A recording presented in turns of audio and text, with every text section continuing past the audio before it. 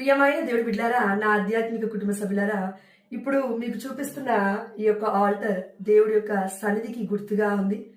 మా అమ్మ, చిన్నమ్మ, అదేవిధంగా మా నాన్న అంతయ్య వారి ఇంటిలో జంబాపురంలో ఈరోజు పండుగ కాబట్టి మేము వచ్చినాం. ఇక్కడ నేను చూశాను మా అమ్మ వాళ్ళ ఇంట్లో ఎంత బాగుందో ఆల్టర్, నాకు చాలా చాలా నచ్చింది.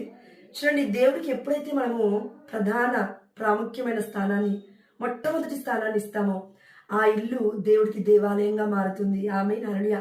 ఆ ఇంటిలో దేవాది దేవుడి యొక్క పరిశుద్ధాత్మ నివసిస్తుంది. ఆమె హల్లెలూయా.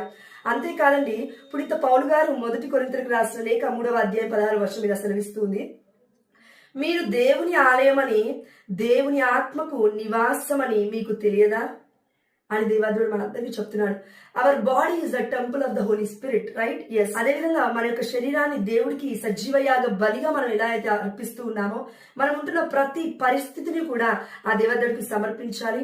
మన గృహాలను దేవదేవుడికి సమర్పించాలి. మనం ఉంటున్న ప్రతి స్థితిగతులను దేవదేవుడికి సమర్పించాలి. పరిశుద్ధాత్మ దిగి రావడం ద్వారా ప్రతి ఒక్కటి కూడా దేవుడి కృప వల్ల పరిశుద్ధపరచబడుతుంది. అదేవిధంగా దేవుడి యొక్క సన్నిధికి గుర్తుగా మనం ఆల్టర్ని చూస్తున్నాము. ఆల్టర్ అనగా దివ్యమైన బలిపీఠం అనగా అర్థం ఏంటంటే యేసు ప్రభుల వారే.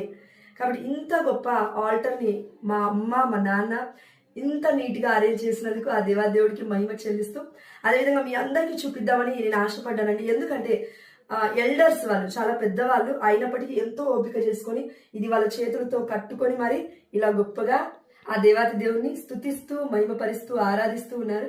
కాబట్టి దీన్ని బట్టి దేవుడికి మహిమ చెల్లిస్తూ, మరి ముఖ్యంగా ఇక్కడ పరిశుద్ధమైన గ్రంథం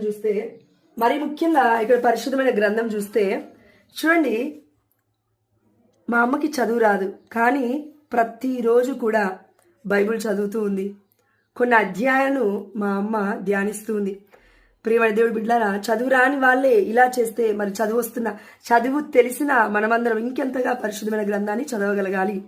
కాబట్టి మా అమ్మకి, మా నాన్నకి దేవుడిచ్చిన జ్ఞానాన్ని బట్టి దేవుడికి సమస్త ఘనత, మహిమ, ప్రభావం చెల్లిస్తూ